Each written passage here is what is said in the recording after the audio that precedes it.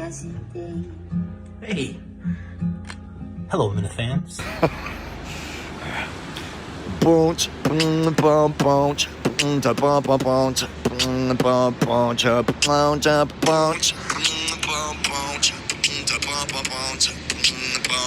Yeah, I'm gonna Dublin, baby.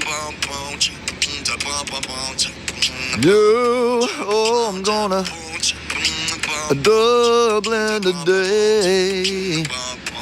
Oh, I'm gonna Dublin, baby. Oh, but my flight's delayed. Oh, I got my luggage checked in. Oh, got no other way to make a song. Oh, so I'm gonna stand outside and record one for you, baby, all day long. Dublin, baby, Dublin now. Dublin coming for that ass, yeah. Gonna shake it fast, yeah. Dublin, bitch, gonna make a song right now. Dublin, gonna do it for you. Goddamn, I'ma walk Dublin, I'ma shit on it, baby. Here we go. Ba ba ba ba.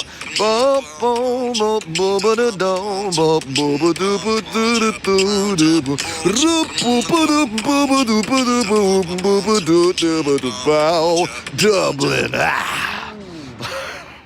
Oh, googly boogly. You startled me. Dale Arnold here.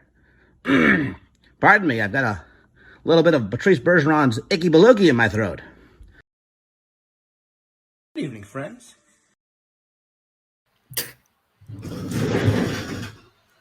Good afternoon, Captain Dorian Hungwell.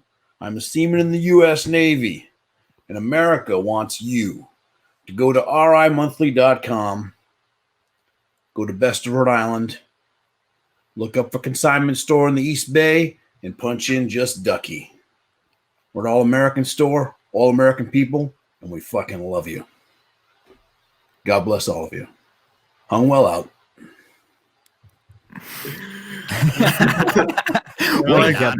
Wow, we got a captain. That was great. Hey, Kev. Welcome, shit. everybody. Welcome, everybody, back to... Where did Kevin Hungwell from Bristol go? just got here. Welcome, everybody, back to Mincel Intel with, I believe, what episode is this, boys? This 13? 12. Why do you never know the episode number? It's very easy. Just add one. Yeah, Will, I got to fix the intro. So welcome to episode 12, featuring Kevin from Bristol. So we kind of brought Kev on kind of just to shoot the shit. I don't know about you guys. I've never been like less worried about preparing for an interview with the guy. I feel like I just want to talk to this guy. As a producer, it's easy when you have a space filler. You know what I mean? Yeah. We didn't say we decided not to do interviews. That makes it a lot easier too. Yeah, that too. We got the Mike and the Minifans preparation going on today, so that's good. I don't do shows with no prep, so I shouldn't be here. Yeah. Kevin, so, how what's the hell going are on? you? You guys can just shoot ropes at me, ropes of questions. Oh yeah, Let me have it. I mean, trust me, if you want, I'll just do a rundown of what I am and how I came to be. But if you'd rather, let's just go over some shit. You know? Yeah, if you've done that already. I'm happy to be here. This universe is so fucking awesome. The Mincel Intel.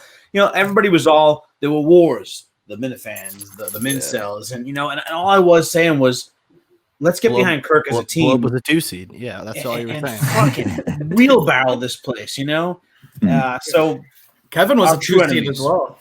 Kevin was a 2 Was seed. Kevin a 2 seed? Yeah, but Yeah. Kevin accepted the 2 seed. 2 seed is a great honor. Two seasons of honor. People Yeah. forget. And to lose to Featherston, fuck, I'll Even be bigger that than guy. them. I'll be that Hell yeah, guy's man. wingman Okay, that's- anytime. I'll that be actually- Featherston's wingman anytime. That actually leads me to my first question. You were just put on the tentative. Is it tentative or is it full? The Mount Rushmore. I think that Minifans. was the full Mount Rushmore. That Like full I think Mount that should be Rushmore. the They went official Mount very Rushmore. They wanted in to make a detail. team out of it. It's official. It's very in detail. Kevin, first off, congratulations. How do you feel about the honor? And if you were to pick somebody to, because I know you're a humble guy, who would you pick to replace yourself? I think the other three. Tim are- from Canton Tim from is a Canton. guy who's been there the long haul. He entertains the shit out of me, and as well as all of us. And I know there are guys who come and go, guys who who grow in strength and guys who kind of fade away. I know who was it? MHB was too inconsistent. Is that what it was? Yeah, a little inconsistency from my guy. That's People call him MIA. No, MIA, yeah. Phil, the joke. people say that. It's very good. Were you in improv school as well, motherfucker? Yeah. I think so.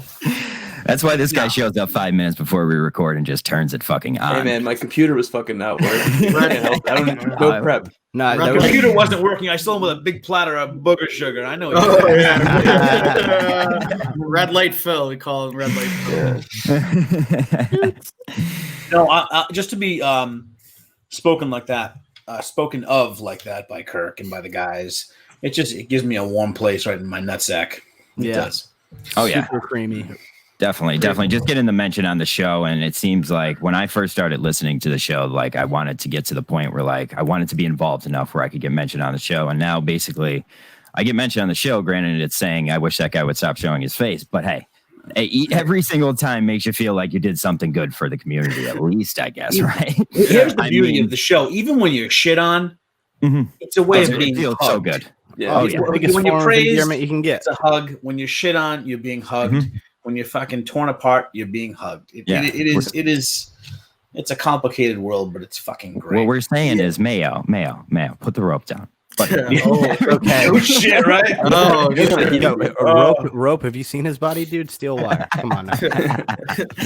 I did see his orders for the 5K, 2XL, double XL shirts. So I was like, okay, man. Oh, he's a big boy. Kevin, what did you think? Kevin, what did you think about this past week? It was pretty fucking crazy. It starts off with Riccio and it ends with victory over Mariah Carey. I just kind of want to get your thoughts on a fucking insane week of, I think, unification. There was a lot of unification. It felt good to go after common enemies. Look at all the people who got up in line and got right behind Matt Carano, just right behind him, behind him. Yeah, and just backed him up. Yeah. And nobody. And Carano loved it. He loved all these guys behind him. Definitely. Carano usually gets behind a lot of guys too. Yeah. No, you can count on him to be behind you when you need it. Yeah. But no, this whole week, it's like you listen to a podcast, and Kirk will tweet out, insane show, best show yet, and I'm like, fuck, come on. You can't keep topping yourself, but you fucking do. Yeah. Well, I mean, it's the podcast has given us so much.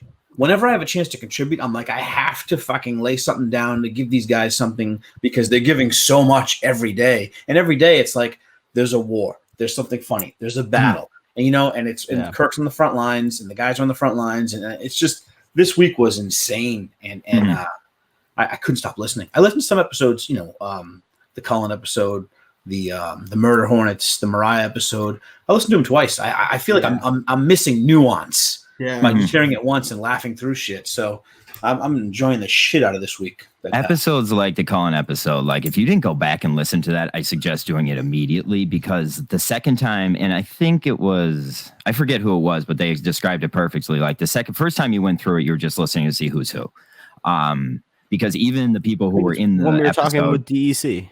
Yeah, I think that's what it was. Yeah. When you listen to it the first time, you're listening to who's who, because like even the people who were in the episode, we didn't know who everybody else was. We had no clue. It was left. I mean, all we knew was a line and a script, and that's that. So it was cool to hear where your line fit in and what part of the story it was. But the second time you listen through, you really kind of hear of how good the actual like story is. It's pretty funny. Like, and then the third time you get the references, and then the fourth time small you pick stuff up like even that. more references. Mm-hmm. It was the perfect. A lot of people are calling it the perfect episode. Some people say. That's what people are saying. I just have a question. Man. I have a question for Kevin. Like, so have you been a C.R.E.A.M guy from a young age, or is the C.R.E.A.M did it rise as you've got older? Yeah, you have to understand. And I don't want to say this and be bragging. I'm one of those guys that had an early start in life with girls, and I really thought every fucking guy did the same thing. When I was going off and having relations, my friends were playing with GI Joes and shit, and I thought this is what everyone just does. I didn't know that I was fucking, I don't know. Kevin from Bristol, fucking since so like Steve. I had experiences I look back on that I'm like, maybe that's really cool, and maybe I was I don't know, molested or something. I don't know. I was doing way too much, way too young with way too many younger and older girls, and I just thought it was normal. I didn't know it was fucking insane or so. Yeah, when it came down normal to for dudes who are pussy magnets, Kevin. I hear you. Right? Yeah. I don't know when you started, but 13 was the first time for me. Oh, I what was, did you do? You mine- touched a tit mine- at 13? 13, yeah. I peaked early, man, dude. I was the same height as I am now at 13. We saw the pictures. Yeah, I peaked The early. pictures are out on the internet. We know what the old Will was.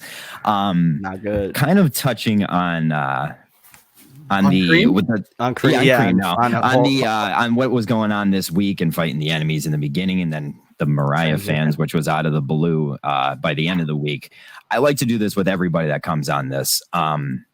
What do you think about like the stupid infighting that goes on? Do you have a message to say goodbye to the infighting bullshit?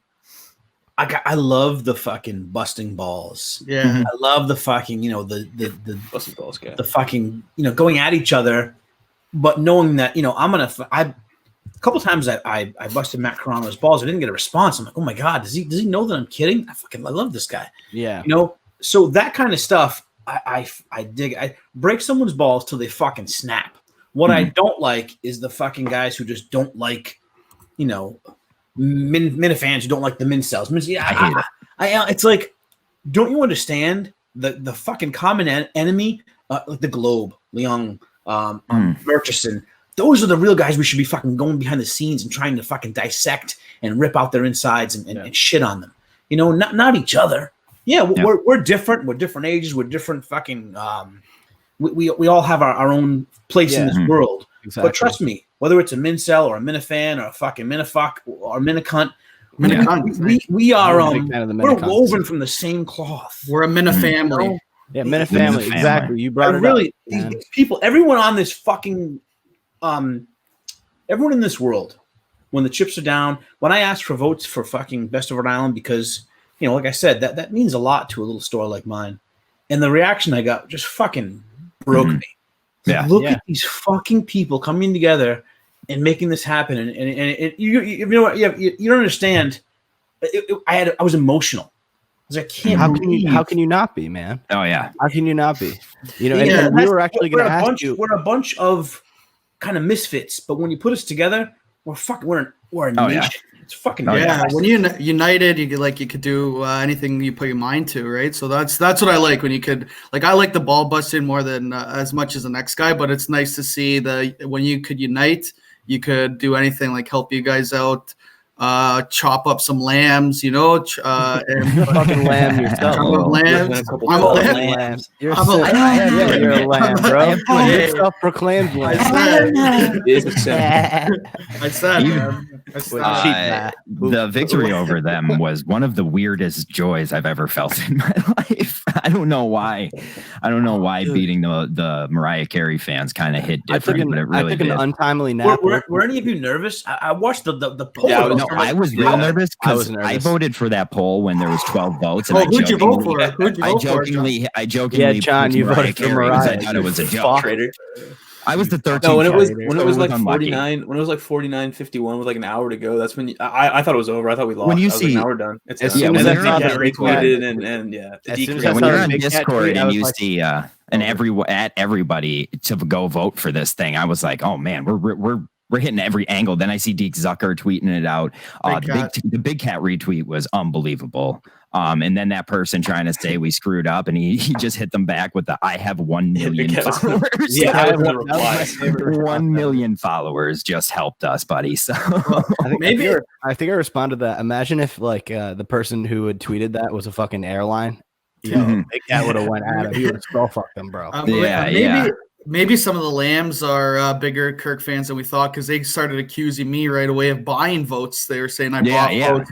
I don't know why they point the finger at us immediately. Exactly. They must have been fans to begin with. Not us. Everybody knows John is the one who bought the fucking the Lambs had allegiance to Mariah, but not to each other. That's the thing about fans. Yeah. We have allegiance to Kirk, and we fucking respect him, and we love him for what he is and what he stands for. But we also have allegiance to each other. That's the difference. The main thing you saw was red here is sick.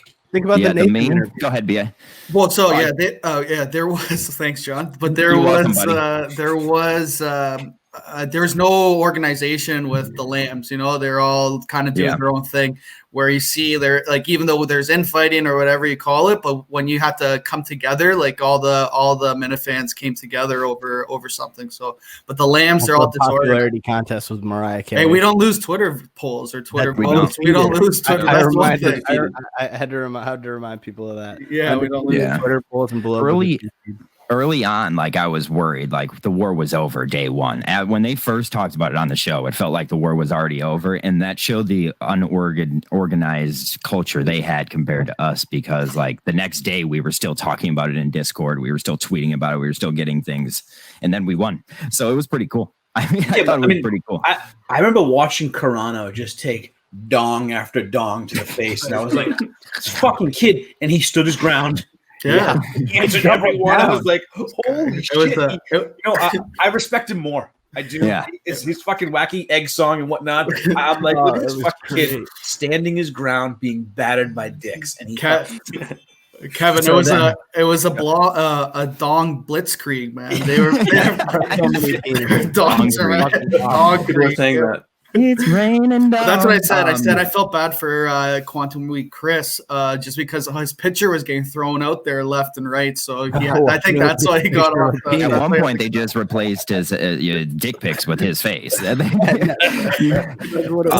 let's transition since we're talking a little bit about Quantum Week and the newer guys. What do you think about the culture of the YouTube channel and kind of how the show is dealing with it? Like it seems like a lot of people hate the fact that this is what the theme of the story is anymore. Do you wish it were different, where we're talking more topics and less about the in stuff, or do you rather I have a retort before he finishes that. What else are they supposed to do? Believe me, I know that, but this is what it's also got to be like strategic too. I just thought that was a bad question. No one answers a question that's not for him like Will does. So yeah, no one. And then calls it a bad question. I didn't even realize that. Let's let Kevin answer. Man needs to pour himself a drink. Can I speak for Kevin for a second? So speak for Kevin for a second. Fuck you guys. Okay, Kev, do you have an answer to the question? Do you like the YouTube? I'm gonna let Will take the floor for this. Suck John's dick for a couple seconds. I'll say this. He just wants the balls cradled. All right. You can drop in any YouTube show, and you get a little bit about the podcast. You get a little bit about what's going on in the world of that certain podcast and those people, and then you get just some fucking minutia. And any given day you drop in, I find myself, I'm like, oh, let me see what's going on with this show. And I'm like, fuck, an hour just went by, know? Yeah. The thing is, we're all connected to the same tree. We're all roots of the same tree. And, even the fucking silly shit about nothing, I find myself getting, lassoed into. Like, wow, what am I doing? And after it's over, I'm like, in bed, and I'm thinking about like, well, they kind of excommunicated Lauren Lynn. You're in bed thinking, do you think Chris really cares that we think his head looks like a penis or no? Like, you shouldn't be contemplating that stuff at night. Well, what I see, like you could like the YouTube, you could not like the YouTube, but I think it shows during this time where there isn't a lot going on in the news. It provides content for Kirk to pull and talk about in the show. So it's like he could pull something from any of these YouTube shows, and it could provide the show half an hour of content just ripping on us. So that's what I think is cool about the YouTube, just to kind of support the show in that kind of way. And I know. Go ahead, Kevin. No, it's a great point where someone like Kirk can take some fucking snippet from something that's going on here in a 10-minute period and mold it into a piece of fucking gold. And you're right. There's all these shows, and everyone's saying, "Oh, pull this show, pull that show," and Kirk's like, "Let him run." Yeah, let him run. I mean, look at what they did with the Mayo stuff. I mean, like Kirk had sound pulled ready for it. It gave us 4 days of content. Him versus Menners. That kind. Like Kirk knows what he's doing, guys. Mayo with the fucking book. I was crying out of my asshole. So good. Like yeah. And I know, like, I can speak for our show. When we started this show, guys, did we care about being noticed other than the fact, like, all we cared about was getting made fun of on the show. Like, we were hoping, praying. I thought we were gonna fail. I thought we were gonna go one episode and burn out. And that would have been fine with us. Well, I just knew from experience. You need see if you're gonna make it, if you're gonna be part of this world, you have to be open to being filleted. Yeah. You know? Kirk's gonna fucking fillet you at some point, and you have to take it as a badge of honor. He's gonna tear you up. He's gonna eat you. He's gonna shit you out, and you gotta be like, "Thank you for shitting me out." Yes. Yeah. My favorite part, I think, is when he called me about the views, and then I kept on saying some. I guess I wasn't too articulate on there, and then he was like, "How does someone that vacant? How is he a fan of mine?" And I was like, "That's a high compliment, you know. That's what you want." Like I was laughing. I've listened to that part so many times. Just like you said earlier, it's like you getting chirped on or made fun of on the show. That's a badge of honor. That's a badge of honor for sure. When I started listening to this show, they had those early episodes where like someone like DEC came in this show and we got to record with them, or MHB did. And Kev, I believe you actually did a show with Kirk back in the day. I did a couple. Yeah, you did a few, right? Like, it was the small stuff like that made me, the inside stuff where like you could kind of build your own character, and a parody account is mentioned on the show. Like they're talking about Kirk's yellow wallpaper, stuff like that's what made, as a new listener, that's what made me love this show. It wasn't the talk about the whatever they were talking about early on. It was the fact that like,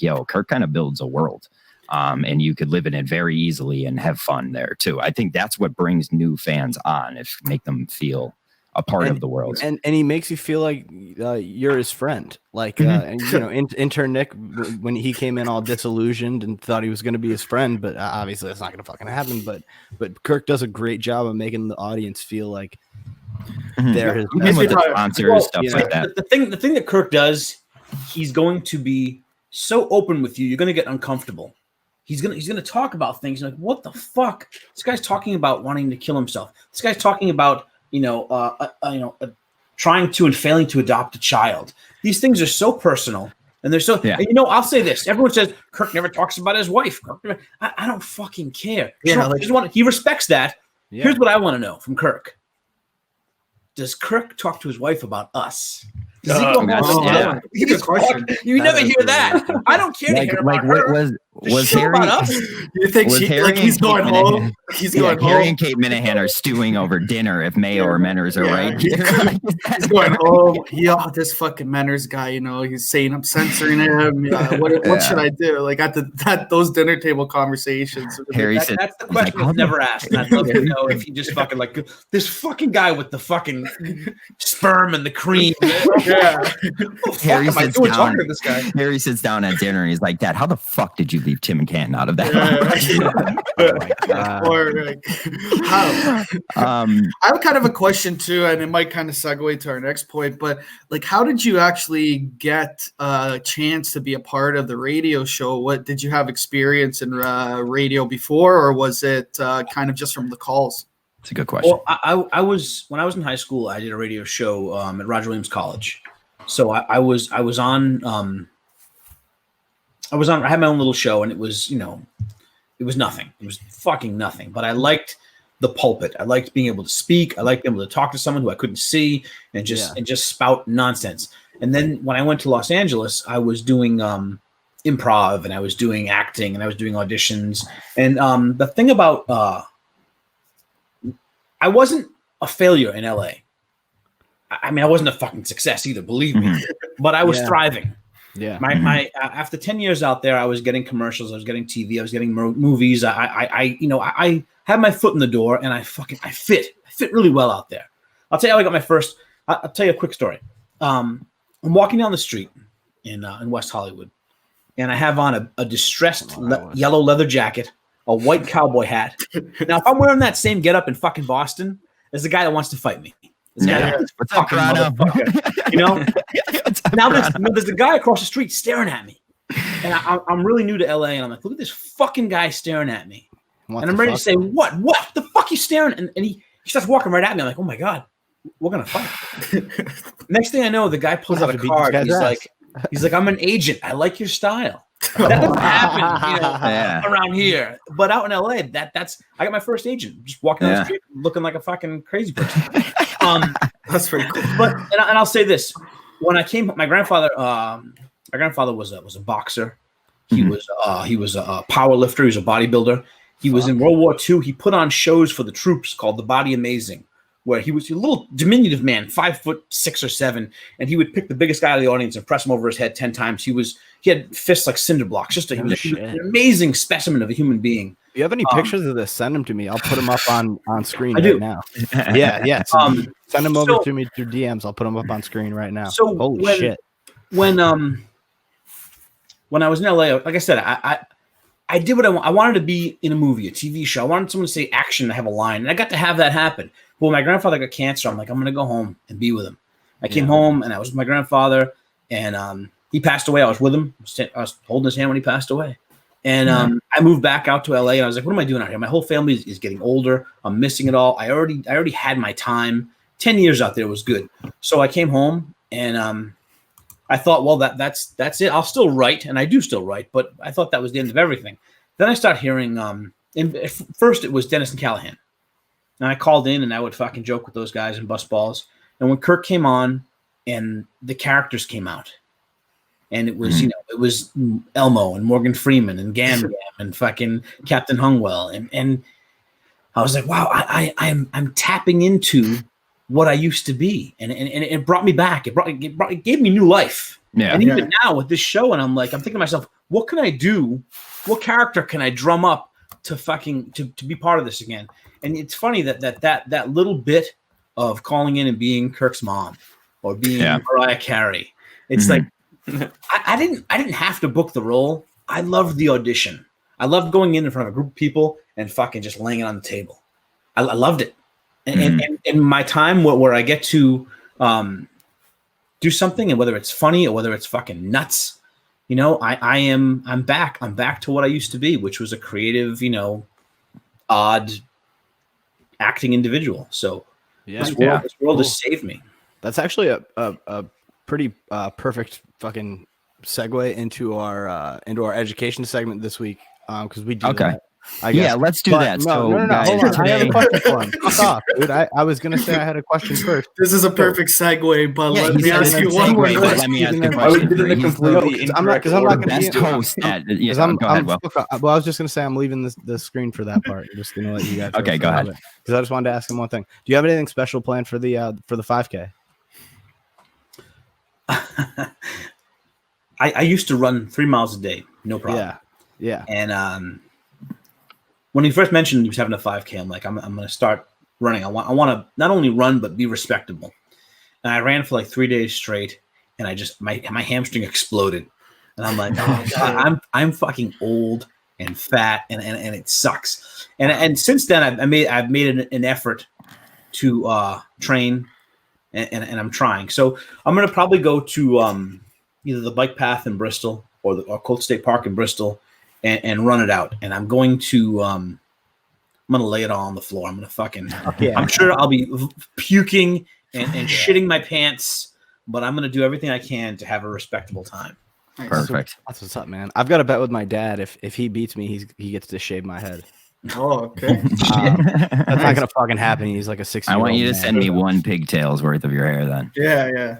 I can hang it on my wall. Yeah, I'll just keep a bunch of it and just send it out. Thanks, man. That's gross. Hair profit. All right, anyways, let's go to the so we're going to play the Hungwell clip right here, guys, and then we'll talk about it on the other side. So go. Gam in New York. Gam's on the I feel line. like a Gam. I haven't talked to Graham in a while. Hi, Gammy. Yes. Hello. The best part of the show is when you talk about my babushka. Hi, Grandma. My babushka. Hello. I'm sorry I haven't called. I told you I'd call back yesterday. Did you hear, Gam? Did you hear earlier that Evan said that he didn't find Trenny attractive? Can you believe? Do you find her attractive? I didn't say that. Evan likes a woman who's a little more seasoned, a little older. You know, Evan, you make the Gam so wet when you leave the window No, don't. Oh, when you leave the window open, it's raining outside. Yeah, I got you. the window open. You know I can't close it by myself. Right. Yeah, I got you. I got And you. my baby boy, I know, Evan. Oh, my babushka. I make you so hard, pressed for time. Right. You know, when I stop sending the checks for $7, you stop calling every day. Usually it was a $20 bill in an envelope, Grandma. Your memory might be going. Gammy, did you hear he has a girlfriend now? I think Evan. They've met. Evan may be in love. They talk more than I do. Really? Oh, yeah. Your girlfriend talks to your grandmother on the phone? What? God, you're One night strange. with the three of us, and the magic will happen.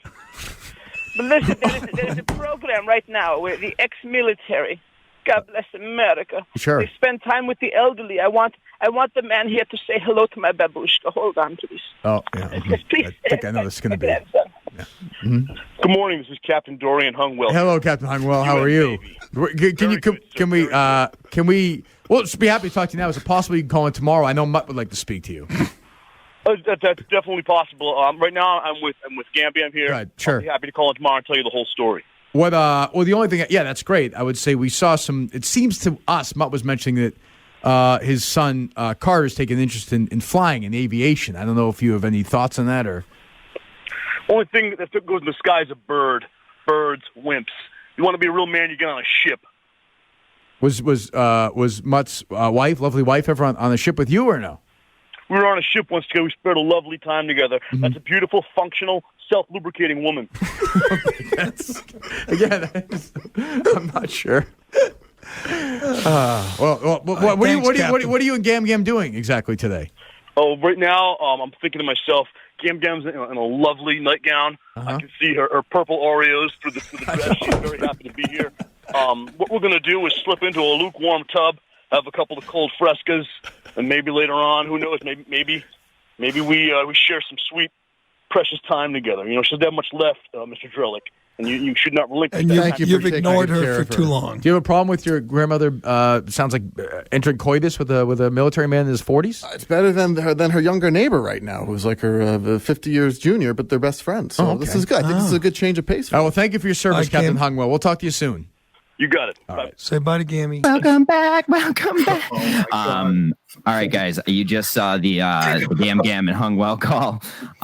So we are with Kevin from Bristol. So let's talk a little bit about this, because that was as everybody tries to jam down your throats. The idea of this show was to only show clips of old Kirk, and then we would sign off, and everything would be perfectly fine. So John still hasn't got over that. He always has to bring that up every time. I will never get over that, Mike. So, Kev, will you give us a little background on what? I just got doxxed. I just got doxxed there a little bit. Yeah, you did. You did. It's all right. Sorry, go ahead, Kevin. Yeah, give us a background, Kevin, on a little Captain Hungwell. Okay, this is the God's honest truth. I had a group of friends pre-high school, during high school, and there was this kid. His name was Kenny, and he was just a fucking clown. You know, he was a good kid, but he was just a clown, and he played like trumpet in the school band and whatnot. And he went off after high school to try out for the Army Navy band. So he goes, he signs up, he tries out for the Army Navy band, and he was a good trumpet player, but he did not make it. So he went home, and he's home in Bristol, and all of a sudden a black car pulls up like 3 days later, and it's the U.S. military, and they said, you didn't make it in the Army band, but you're still in the fucking Army. You can't just leave. Yeah. He's like, no, I didn't sign up for that. I wanted to be, so this gentle, awkward flower had to go off to be part of the military. And I'll never forget, he left and he was like I said, he was he made jokes about like Abbott and Costello. He was like corny and awkward and not even funny, but he was sweet. And when he came back from the military, he was changed. His chest was out, and he was almost like in Full Metal Jacket. He was this sweet kid who came back, this robot. And the way he was like, now U.S. military, and I'm like, and everybody we know who went to the military, when they come back, they have a different voice. So whenever we talked about him, it was like this persona, like, now I'm U.S. military, and that means something different. I stand for something now. So that's where Captain Hungwell came from. He was this guy, who got like the shit beat out of him to be someone else. And then I'll say in a prologue to Ken, he I think he was in Iraq. He was in charge of like a checkpoint. Okay. And he's supposed to make sure nobody passed this checkpoint without being checked out. And there was a line of cars, and they're checking all the cars. And all of a sudden, this one car jumps the line, and it's driving right at them. And Ken panics, and he's like, "This could be a terror attack. I don't know. Kill him." They open fire, and they fucking just decimate this car and the guy inside. And it was like some dignitary's son who was getting to the front of the line to let everybody know that he was there because he had permission to basically cut the line, and they killed him. Holy shit! So it really fucked Ken up. We never saw him again. He moved up to either. He's like a park ranger now in like New Hampshire. He lives by himself up in the woods, and no one sees him or hears from him. But that he is the origin of Captain Hungwell. Wow. Yeah. Hungwell. So it's a dark and sketchy. Jesus, sorry. That's pretty cool. Some deep dark shit. Man. Okay, so the call started off with Gam Gam. I know, was Gam Gam a character you used a lot? Because I love the Gam Gam part too. Did you kind of mix it in that with Hungwell often? Because listen, we looked for Hungwell stuff since the show started. This is episode whatever, I forget, and we haven't found it until last week. And shout out to our guy Grover, from Discord. Grover found it. Thank you to him. He cut it up for us. He put everything in there. It's really hard to find this stuff. So thank you to Grover. But how did that whole thing happen? See, here's the thing about Hungwell. Hungwell was every call was just dripping with innuendo. Yeah. And and Kirk knew how to almost guide me to not give away. Kirk, you notice how quickly Kirk says, "I'm like, oh, he got me wet because he left the window open." And Kirk said, it must have been raining out. The window was open. Like, Kirk is right on top of it. He knows, and so many times they either cut me off or they blocked me. Yeah. And once it really got rolling, and Kirk's like, "We have something here." So it got to the point where they were like, the innuendo has to be very, very well masked. Then later on, it got to the point where they didn't want any innuendo at all. And I know Kirk was furious. They were stopping my calls, blocking my calls. And a few I had some, especially at the end, that were amazing, that never saw the light of day. And it's too bad because, even Curtis at the end, when I would call up, he would be like, "Kev, I've been told I can't take your call." I'm like, "Listen, man. I promise you, I will keep this clean." And he's like, "I can't let you on the air." I was blacklisted. I was fucking done. Oh my God. No, and it was like everybody started off so sweet, whether it was Elmo or Gam Gam, but there was always a few curveballs. And like, what the fuck did they just say? Mm-hmm. So yeah. And I tried really hard to disguise it, to clean it, and it wasn't good enough in the end. Which it's almost like if Kirk didn't leave, I probably couldn't have kept calling anyway. So when Kirk left, it was like, okay, new life, do this over again.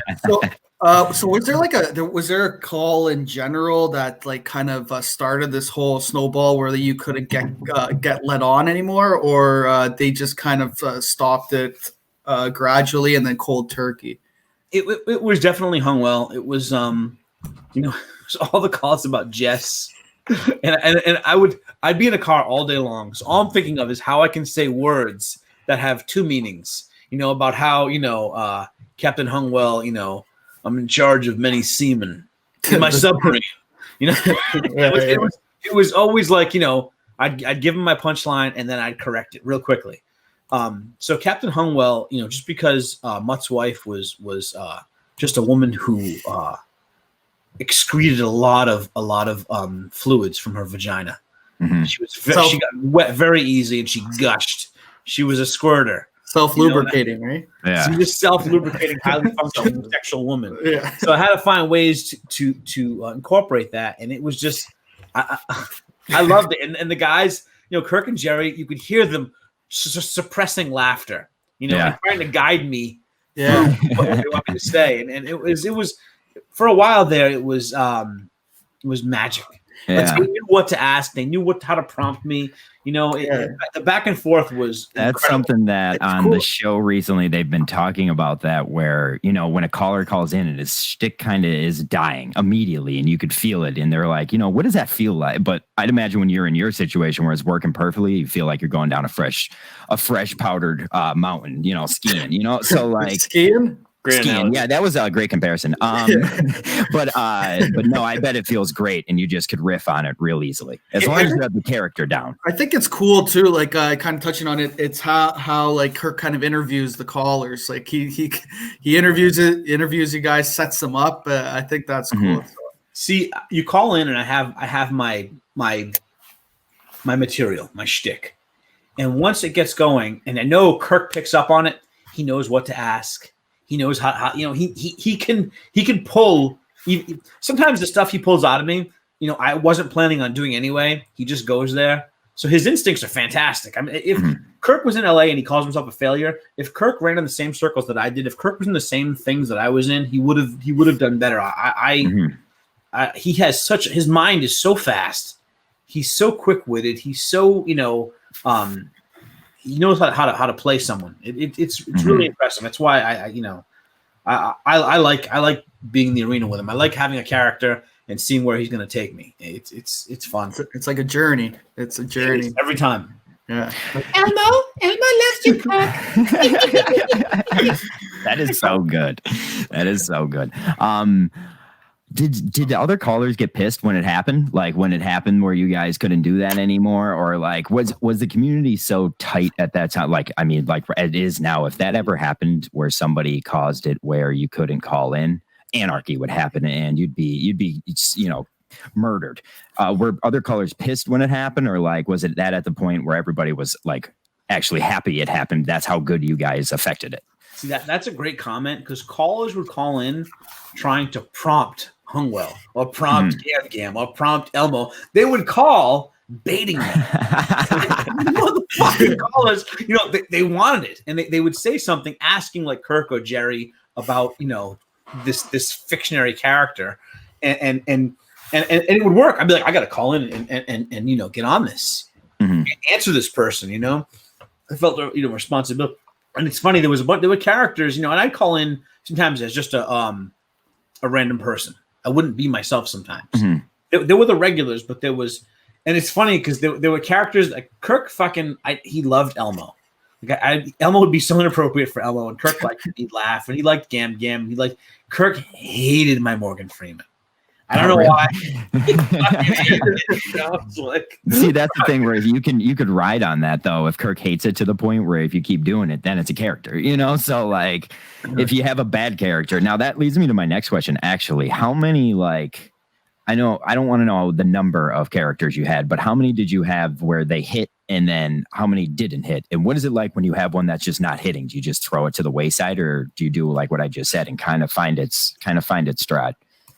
Yeah, there were a few times where I called in as someone that was pertaining to whatever was happening in that moment in their world, and Kirk would get it so quick. He'd be like, "All right, this isn't working. See you later." Yeah, he's good. And I got the hint. I'm like, okay, I'm gonna drop. Whoever that was, Bob from Milford. And so I mean, Kirk would tell you basically without telling you that it was funny. And I never took it as an insult. Even Morgan Freeman, I tried to bring him back a few times, and Kirk's like, I get what he's doing, I appreciate it, but and I was like, I don't see why you don't like my Morgan Freeman. So contractually, right now, we are required to let Phil speak. So Phil, what question do you have? I guess I just wanted to ask if you know anything about the private line, because intern Will really wants to know if there's anything if the private line exists. So I'm gonna ask that. So when I'm trying, sometimes I'm like, I have something, I have to call in, and I call and I call and I call and I call, and what will happen is I will message Steve on the side, like I'm trying to call in, and I don't know if he does anything or if it's just fucking timing. But at some point in the next 3 to 6 calls, I usually get through. Like, how the fuck did that happen? Mm-hmm. You know, I don't know. He never, and Steve will never reply like, keep trying, we'll get you through. He says nothing. I will message him. I have this character. I have Mariah, or I have so and so. And in a way, I wish I didn't have to do that. I wish I could hide it and but because I feel like Steve is always like, Steve always knows ahead of time. Okay, Kevin's calling in as Kirk's mother. Kevin's calling it as Mariah. Because I'm like, I'm gonna try to do Kirk's mom. So, let me let me get in there. Yeah, let me get in there. And it's never. See, when I used to call EEI, fucking, it would ring. Curtis put me on hold, and I'd be the next call to go through. Yeah, they knew what they had. It was so fucking polished and well done. Yeah. Especially, and Curtis pulled me aside, like, what do you have? All right, you're next. I don't know how this so works. I think how this system works is, so he has 4 lines. Everyone, so basically, and we'll put this to bed right now. What you're saying is when you call in, you call the same number as everybody else. I just want, okay, so everybody listen, there's no private line. Private line exists. There is no private line, Mayo.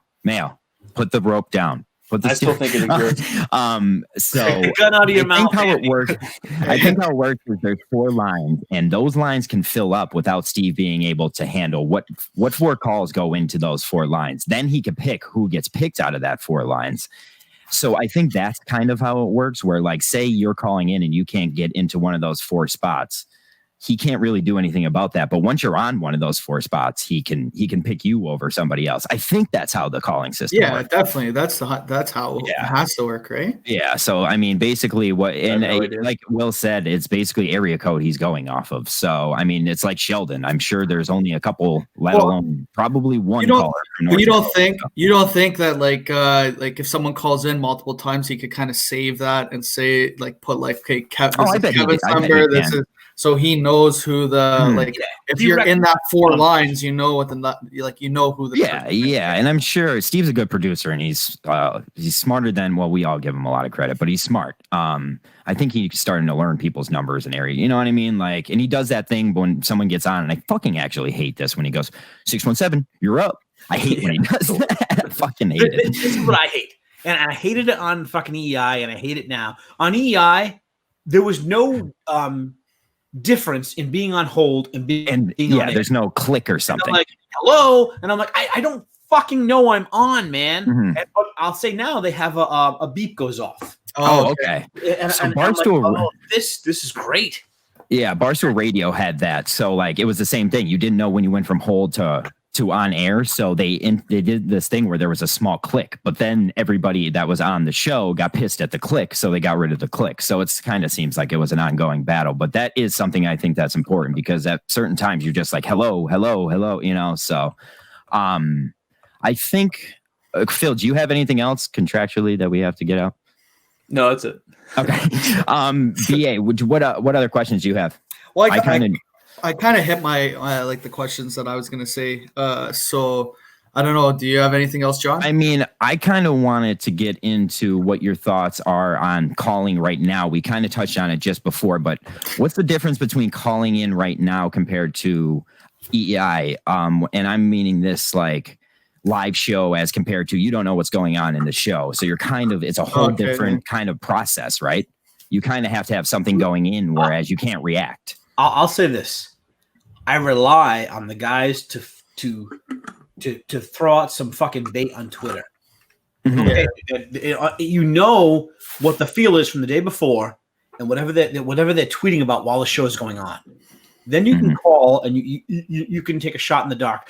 Trust me, when the shows were live and you can react in the moment, oh man, it was fucking insane. It was, because I get riled up, and having that energy of being riled up for a call changes you. It puts you in a character. It puts you in a mood. Right now, you're calling, and when you first get on, you don't know, obviously, if you're in the right spot, if you're talking about the right thing, if it's going to hit. And Kirk lets you know really fast. And if he starts reeling you in and you feel that fucking pull, that juice, then it takes off. That cream. Yeah. That cream. When you get like knee deep in the cream, you just taste the sweetness of that caramel schlock. I have two quick ones, then we'll wrap it up, and we'll get Kevin on his merry way back to his family and not talking to 3 random kids. First one is we're about 30. So 2 quick ones. First one, what do we like better? EEI Kirk, Barstool Kirk, and what Kirk do you see for the future? What do you think is going to happen in the future? For me, EEI was the better format because, like I said, the live aspect, the back and forth, the live aspect was so sharp and so it was so intense. But Kirk, in the format he's in now, is tremendous. There are no reins, unfilters, no reins.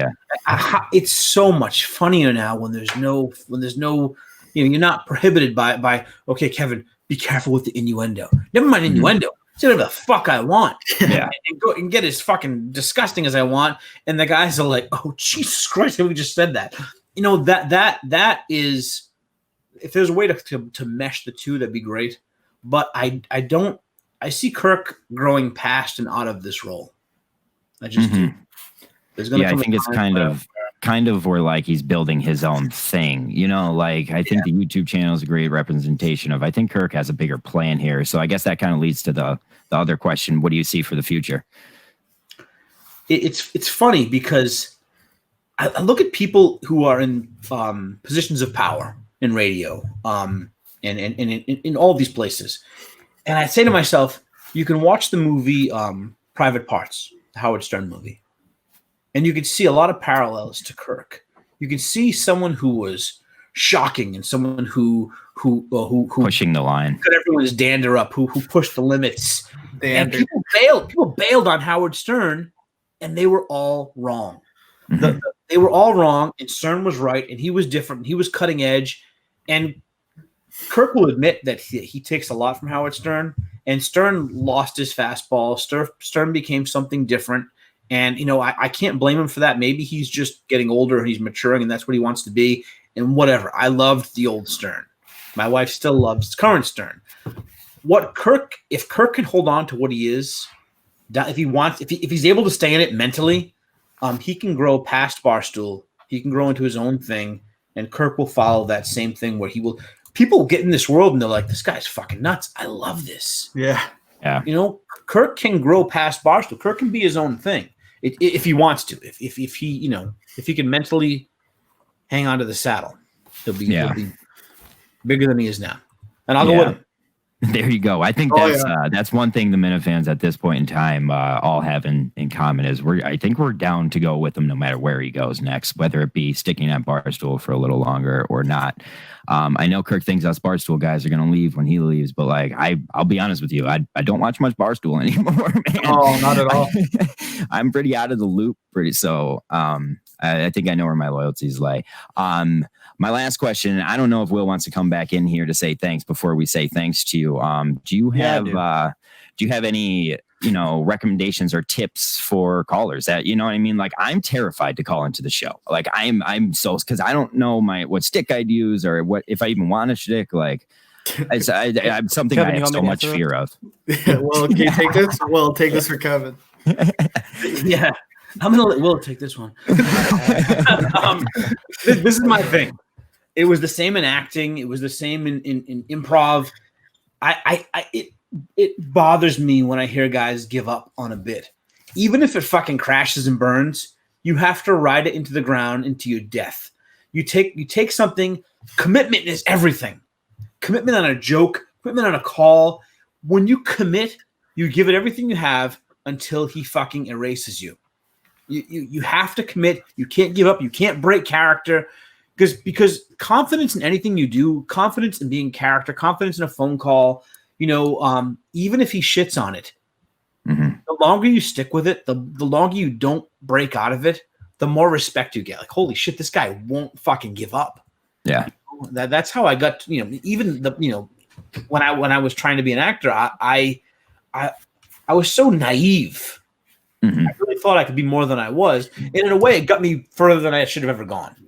Same thing with phone. Yeah, fake it till you make it works in a way, and it doesn't work in another way. You got to think you could be something to be it. You like that fucking philosophy? No, I'm just gonna yawn, man. It's just perfect. Phil had to pause his Call of Duty game for this fucking interview. Sorry, Kevin. Dude, look, he's about to fucking fall asleep. Look at Kevin. Tough night at the call center, Phil. Tough night Sunday, at the call center. Phil, do a shot of NyQuil and then start watching porn. See if you either bust the nut or fall asleep first. Whatever happens, it's a great game. Go for either it. Way, it's gonna be fun. Get that. We'll do it on the Twitch stream. Yeah. Then maybe that'll be our next segment. Phil does a shot of NyQuil. We'll cut to that. We'll cut to that camera. Well, Kevin, actually, we'll put it on Twitch, yeah. Phil, on Twitch. Phil dims his lights to get in the mood while he's watching porn. He says. With my phone, I have a setting. Guys, let me say this. Go ahead. Well, is it? I'm honored to be part of all of this. Part of it with Kirk, part of it with you guys. You take the initiative to do something and be something, and people outside this world will never get it. They'll never get it, but I get it. And I watch you and I listen to you, and I'm like, wow, these fucking guys are in it. You're in baby. It. And that means something. I don't know what it fucking means, but it means I think it means we're in a cult. I think it means I had to watch Waco last week. Well, it's not a cult. Kirk says we can leave whenever, but we have to do a podcast. It's a religion. I'll put it in its other synonym version. It's a religion. I'm drinking the Kool-Aid. Honestly, I'm drinking the cream. The cream. That's what we call it. Yeah. Oh, that's a good question, actually. How the fuck did you get Stacey to do that? I saw you up in Madawaska, but we never really talked about that. We more so were just a little inebriated and happy, because it did feel like a family. Didn't it feel like a family retreat? I'm like, listen, everything behind this means something sexual or disgusting, but if you do it, it'll be funny, and that trumps everything. Yeah. Everything. Yeah. She was like, that's no perfect problem. advice for you. All right, no problem. And by the way, the thing about cream is this. What about Cream is neither a man's juice or a woman's juice.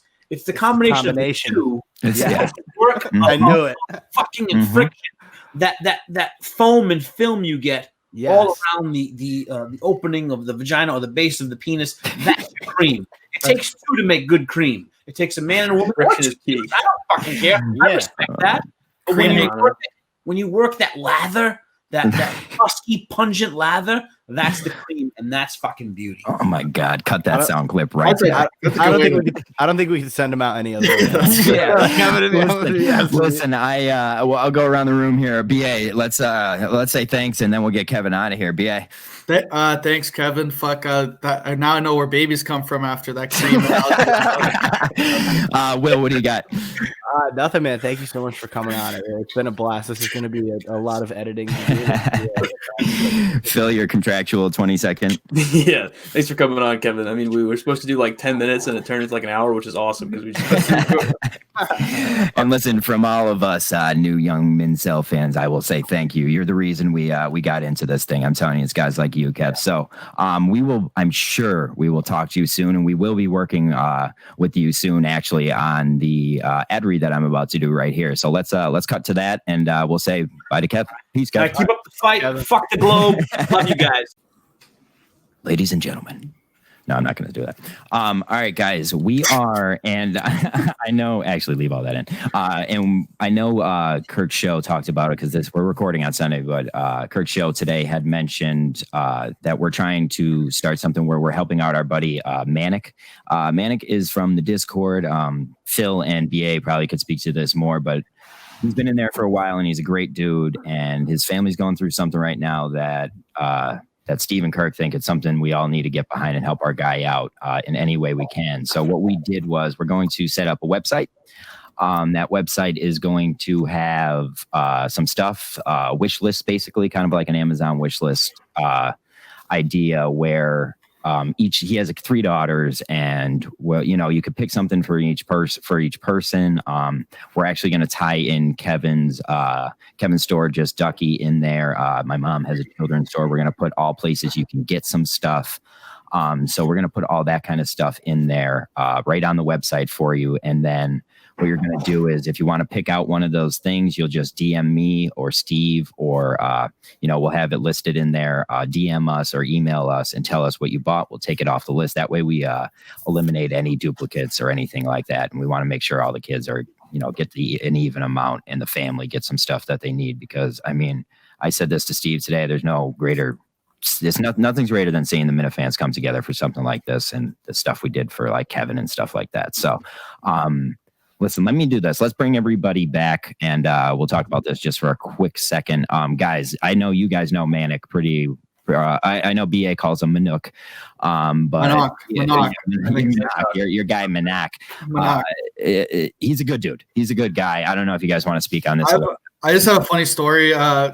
He was on vacation with his family in like DC, and he like went to the bathroom to do a voice chat to broker peace with blind advocates. So that's the kind of guy you're talking about right now. Like he's a solid guy. Like he cares. He's a great guy. He was never in the bracket, and I think that maybe set him off a little bit. But he's in the NIT, which hasn't been released yet. But he's a great guy, and like so anything we could do to help, that'd be awesome. Yeah. And it's like a wedding registry. Think about it. Yeah, we're gonna work out the details as far as the site. It's not gonna look aesthetically pleasing the first day, because our guy, the A team made the site real quick just to make sure it's up and active. So we'll make it a little more pleasurable to look at down the road. But for right now, it will do what it needs to do. And I think I'm looking forward to it. Kev, firsthand how the Minifans could come together and make a change. So I don't know if you have anything to say about Manuk, but. Yeah, when my store needed something, and the people either A, bought stuff or just voted for my store to win Best of Rhode Island, which, like I said, means a lot for a little tiny place like mine. When I saw the people responding, it fucking broke my heart how sweet all these fucking assholes can be. Yeah. So when I see Manuk of the North and he needs something, it's like, everybody, what can we do? What does he need? Let's do it. And the power of our group is fucking astounding. And I, for one, with Just Ducky, I want to make him a care package and get it to him and everyone else, doing whatever you can do. The guy's got 3-4 daughters? 3 daughters. I believe it's 2 daughters, and then the last one is the one that they're in the hospital for right now, the youngest. And it's really hard. I know right now she's at a point where she has failure to thrive, which means that she's not eating on her own. They have to give her a feeding tube. I can't imagine that kind of as a parent, every pain your child feels, you feel tenfold. And when your kid's not eating or not responding, and they have to do all that stuff, it is fucking, it breaks you.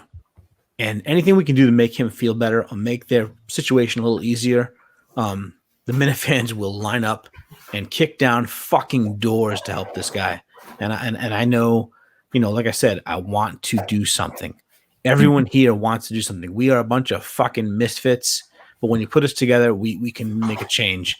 And this guy deserves it. He's one of us. Yeah. So yeah, I'm 1,000% in.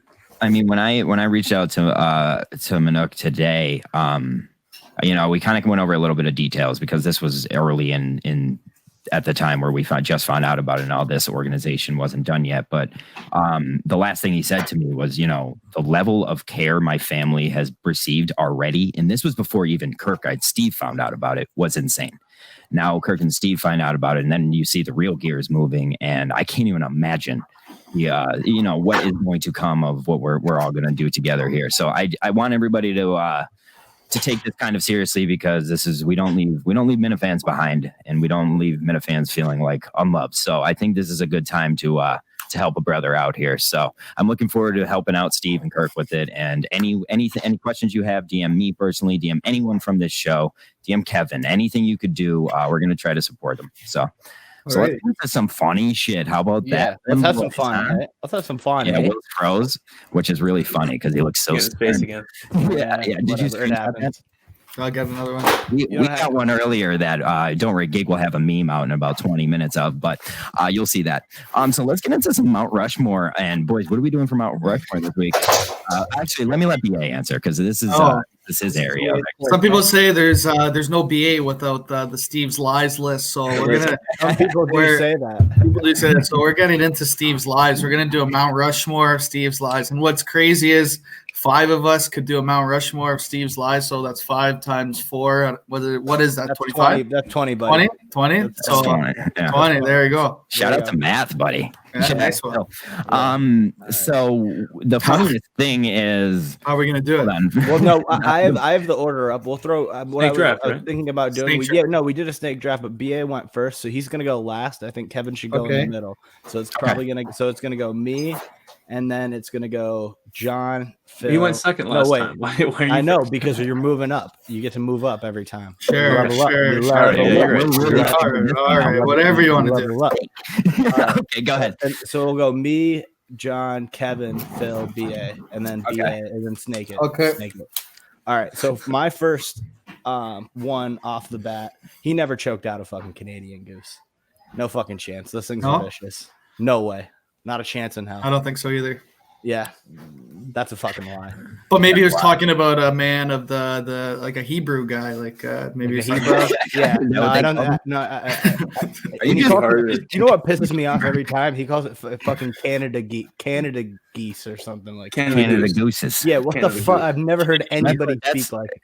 Actually, I'm wearing a sweatshirt. I'm wearing a sweatshirt from a show. It's called Letterkenny, and there's a whole episode on Canada geese. It's actually really funny. They're fucking vicious, man. They they take over. They're in the springtime here. So yeah, no way he choked one out. That's what I'm going with. All right, I'm going number 2. I'm going with, I guarantee, and this hasn't been proven yet. Oh, so yeah, that's a disclaimer. Action is, I guarantee you he doesn't watch The Sopranos or ever has, and he's lying about everything he's talking about. He doesn't know what's going on. Are you taking Steve's line about everything on your Mount Rushmore? No, he hasn't watched Sopranos. Oh, okay. Steve's never watched Sopranos. That's what's going to be on the graph. Yeah, Steve's never watched Sopranos for my number 1 seed. Kev, you're up. My whole thing was the Madawaska trip, where this guy had the audacity to think we were going to try to track down where he was and find him, and he lied about where he was staying.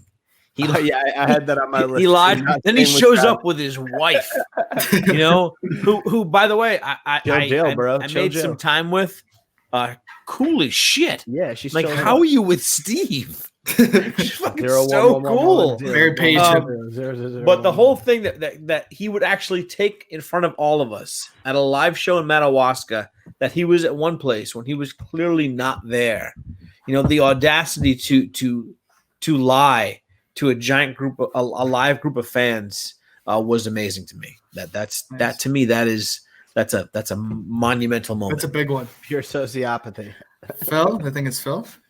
Yeah, so my first one is a big one. It's a classic. The Red Snapper contest, hot dog eating contest finish. Oh, Jesus. He said he placed second again. No proof of that. And he can't place the date when it happened. He said originally it was like a 10-year time frame. He said it was 10 years ago, and who knows? So I think that's my number 1. It's the biggest lie. Nice. So I guess I do 2. Okay, so I'm gonna try not to. I'm gonna go off the cuff. So the first one, I would say, Steve on an interview said he is a producer of a podcast that makes dick jokes. So I would say the podcast is a lot more to it than just dick jokes. So, but that was a quote in the interview. He said he's on a podcast that makes dick jokes. So okay, first one wasn't that with Smugsy? Maybe it was someone interviewed him. I think it was around the Madawaska time. Someone in Madawaska interviewed him. My second one is Steve definitely didn't go to 4 proms. He said he went to 4 proms. There's no fucking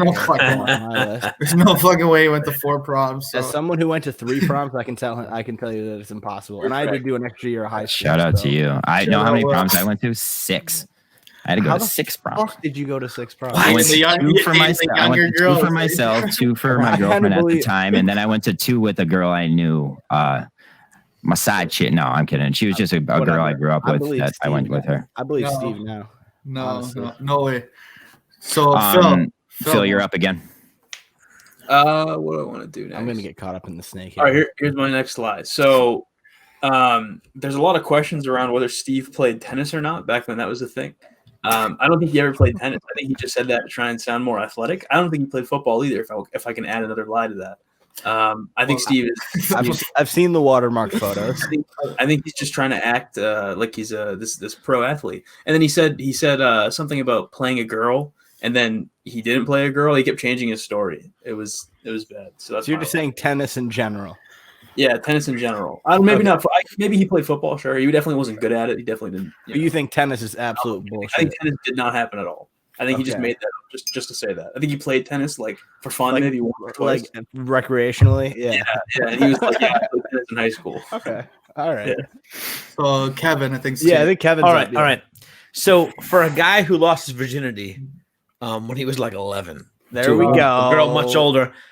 I have explicit fucking content to back that up. For a guy who lost his virginity at 15, I'd like to hear the details behind that, because I'm not sure I buy it. I don't buy it. You think it was? What do you think it was? College? I don't know. He seems awkward now. Is a weird age. Fucking at 15 when he's so awkward now. Yeah, and he also said, Kevin, that he's only been 30 days without fucking in his life, so that's even crazier too. So since 15, he's only gone without fucking since 30 days. That's a lie for sure. You know. No chance. He also said he was estimating, I think, on that one, so I don't think that counts as a lie. Well, he retracted. We don't got a fact check. No, but that's going 30 days. Yeah, that's. I mean, for however many, for like 87 years or however the fuck old Steve is. When he was on our show, he was making fun of us because we weren't getting enough puss. Like, I love how he calls it strange too. Dude, he was getting a mustache ride. Strange. Yeah, that mustache needed to stay, man. That was so sick. Yeah, I was so pissed when I found out he shaved that the next day. Like, you're on a podcast, write it out, bud. Right. He's like, no, I have to adopt a puppy this weekend. Who is it, John? Yeah, I'm up now. I have. I'll make this one short, simple, and easy. 4 words, boys: gourmet burgers and brews. That was literally one. That was the one that I was going to take. Oh, that sucks. That's why we do it this way. But yeah, no, that was a blatant lie. First of all, you lied about. Who the fuck doesn't notice they're in a Red Robin? Red Robin. Okay.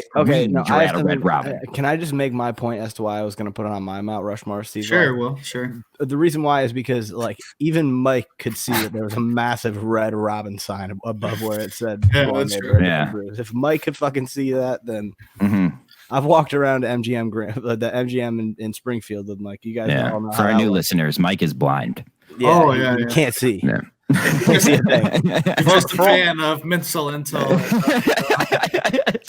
For anyone who's just a quantum weakness, watching now, blind Mike is actually blind. And all our new our new Lamely. Yeah, all the Lamely. Will, you're up. I have two. Okay, so the first one is going to be. This goes back a little while. When Justin was hired, Steve referred to him as a junior intern through text with me. And I don't think this has ever been released. And he was not once referred to as a junior intern. So when did he get intern status? You know, what was the time? Wait, who was hired? Justin was hired as junior intern? Yeah, Justin's a junior intern. Told me that he was a junior intern. Yeah. Oh, wow. Yeah. Are you a senior intern, Will? Or are you like an intern manager, or what's up with that? Yeah, senior head of president of managers. Yeah. Senior because of your age, I think. All right, and then you have another one too. I'm just gonna say not being a robot. Like some of the things he says, like the I'm gonna go do some internet. Wow, you fucking over there, Will. You really fucking over there. That brings me up, right? For my third pick, I wanted to use BA's list of insanity to kind of call out his insanity, and I picked one that was basically just BA based. And this one, and it reads exactly how I read it. It says, Steve says he always gets back to people. He's not gotten back to my Twitter DMs. That's not even a lie. That is a lie. That's a lie. He said he always gets back to people. That's just a personal thing, bro.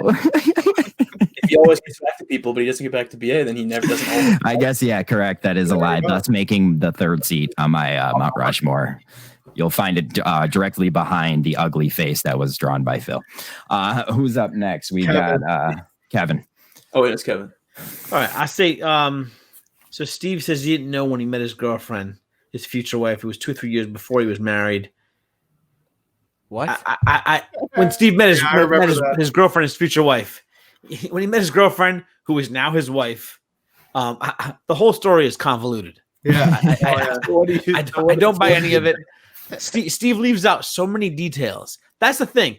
Lying is one thing. Leaving out the details is another thing. Steve leaves out big chunks of details. Mm-hmm. That's what he's doing with this Sopranos thing. Like omitting, yes. He raises the surface of stuff, but then the second he's asked deeper about the episode, and this was somebody, I think Mayo's idea, to call in and start pounding him on this Sopranos thing. And ever since that day, I've been paying attention to it.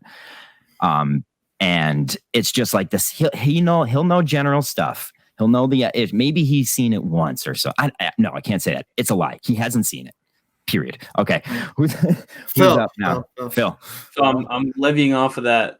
Wait, no, we just got lost in the snake. Did Phil? No, it's Phil. It's Phil. I got lost. I don't get lost. It was where Steve doesn't have any details ever. I think Steve's entire life is a lie, and I think his entire existence was working out of the Kremlin, and I think Harlan is his handler.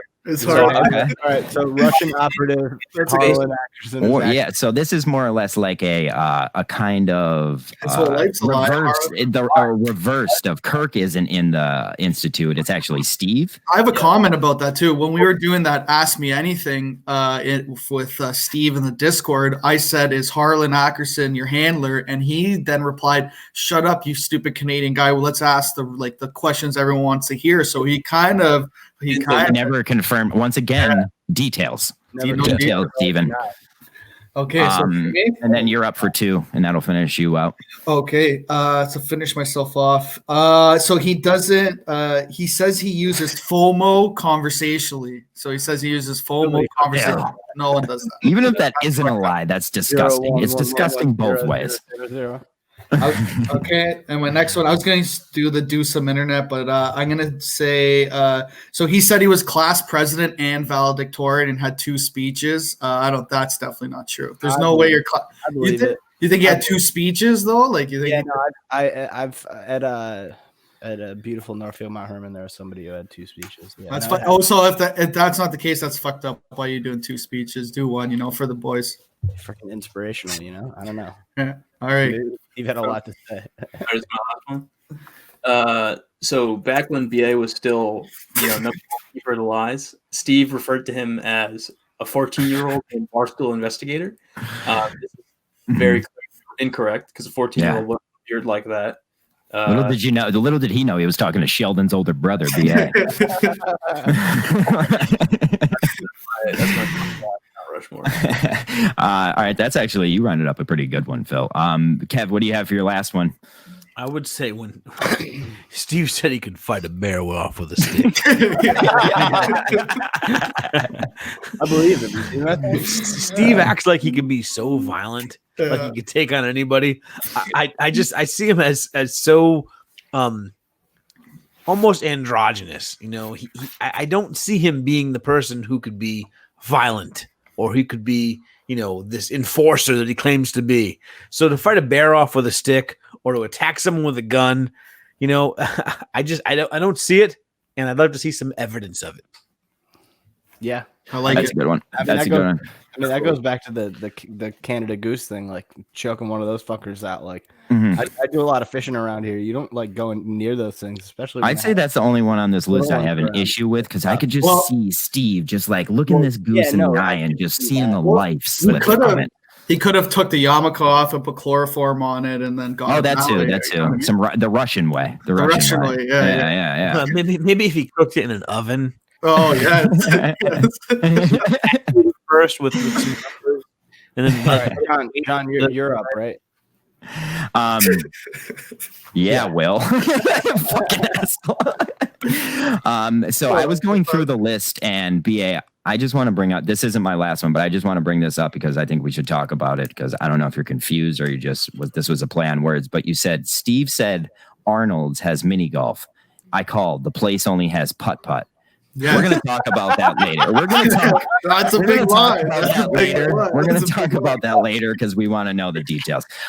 So my last one is Steve said he always crosses his arms. His arms are always crossed. Oh, really, Steve? Then how'd you dunk a basketball, and how did you take place in a hot dog eating contest? How did you break your back? When you have a guy like BA writing down the real truths like this, how do you survive? How do you survive in life?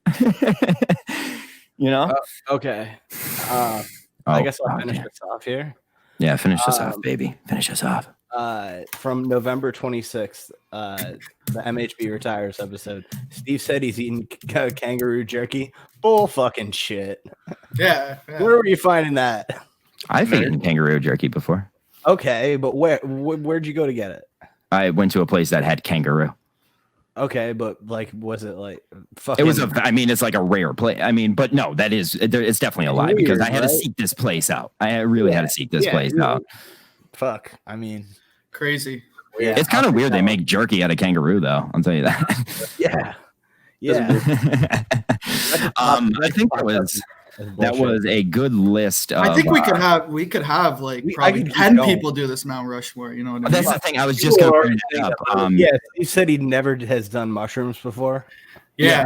Like he said Shag Mag was a porno magazine when it's just what are some honorable mentions for you guys? What do you have for honorable mentions that you had to leave off? I love the fact that he says he would just beat off to pictures and not actually watch porn. That's something, and I can respect that. But holy shit, that's fucking weird. He doesn't seem like he has that creative mind. He's more. Yeah. I don't think he could do it. Is if you could do it with nothing, like you just lay on the fucking floor and just bang out one with nothing but your mind. That's a true artist. And that's even a true artist. Even stuff like so in the Jack's Abbey episode, he says do some internet, and then I think they call him out about him. They're like, Steve, what's do some internet? And he's like, no, I didn't say that. I didn't say that. Yeah, he said it like a second before. So just little stuff like that where he does like the white lies, like So that's what I find funny about that. Phil, Will, you have any honorable mentions? Yeah, I have some. I have a couple. He said he can't listen and read at the same time. Bullshit.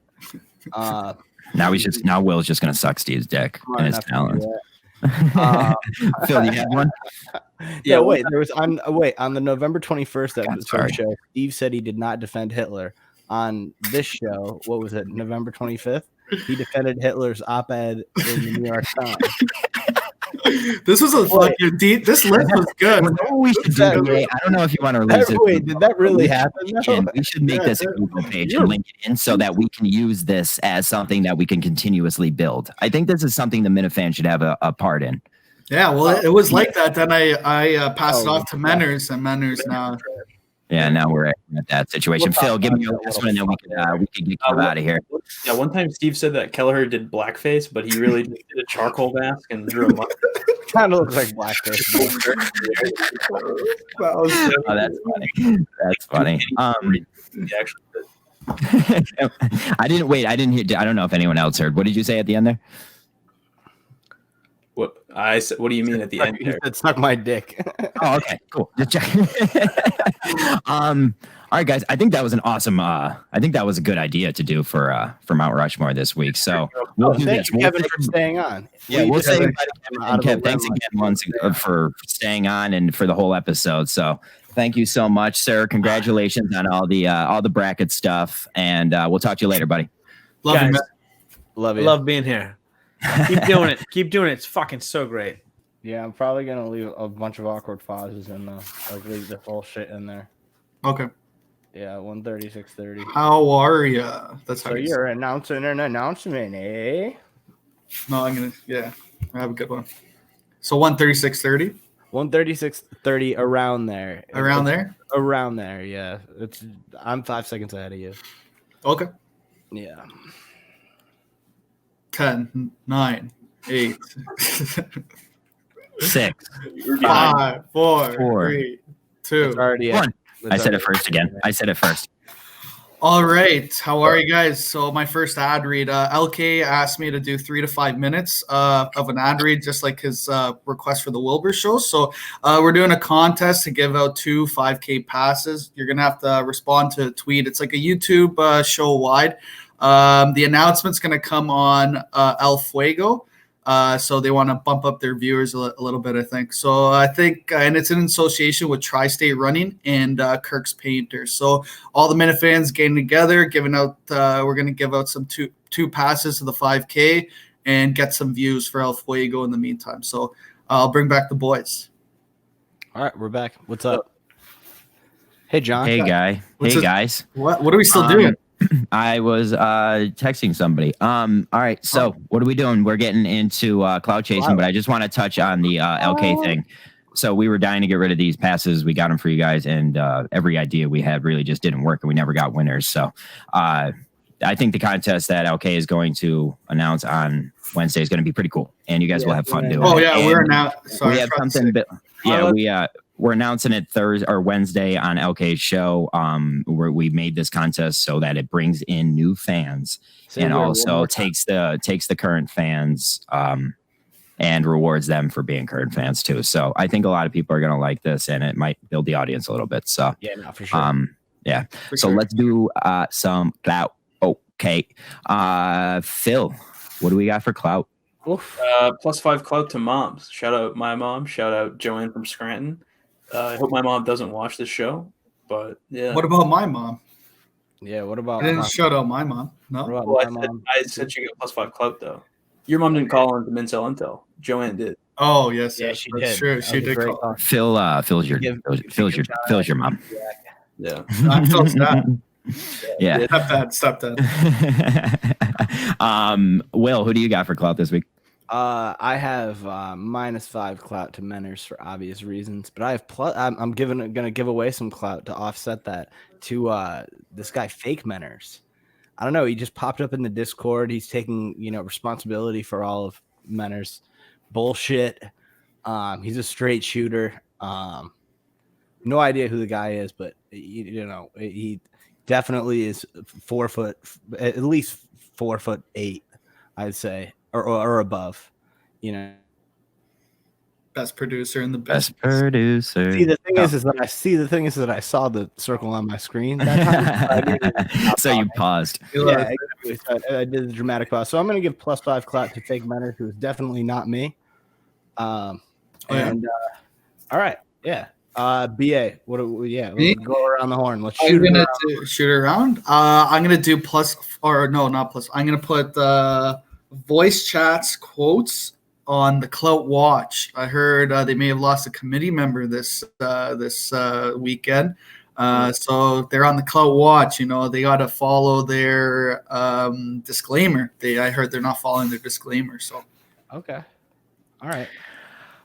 Nice. So we all know what that's about. A lot of people are gonna understand that one. Yeah. The 6 people that understood that. You talk about a deep cut. I don't even fucking understand that. Yeah. What are you talking about, dude?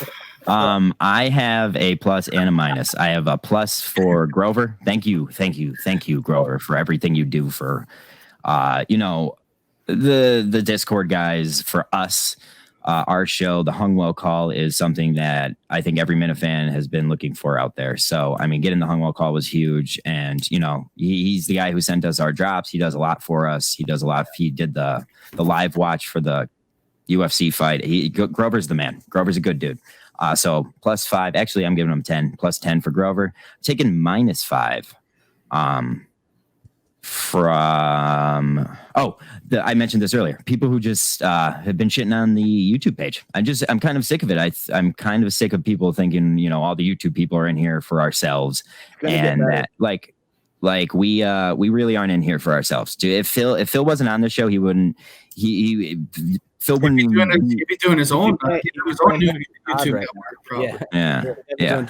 I don't even think Phil likes. Like, I don't want to talk about Phil. Phil's cooler than us. But no, I'm sick of hearing the whole like we're trying to make the show about ourselves. Like, I want everybody to know that's not any one of our goals. At least our show. Just know that about us. We don't want to make this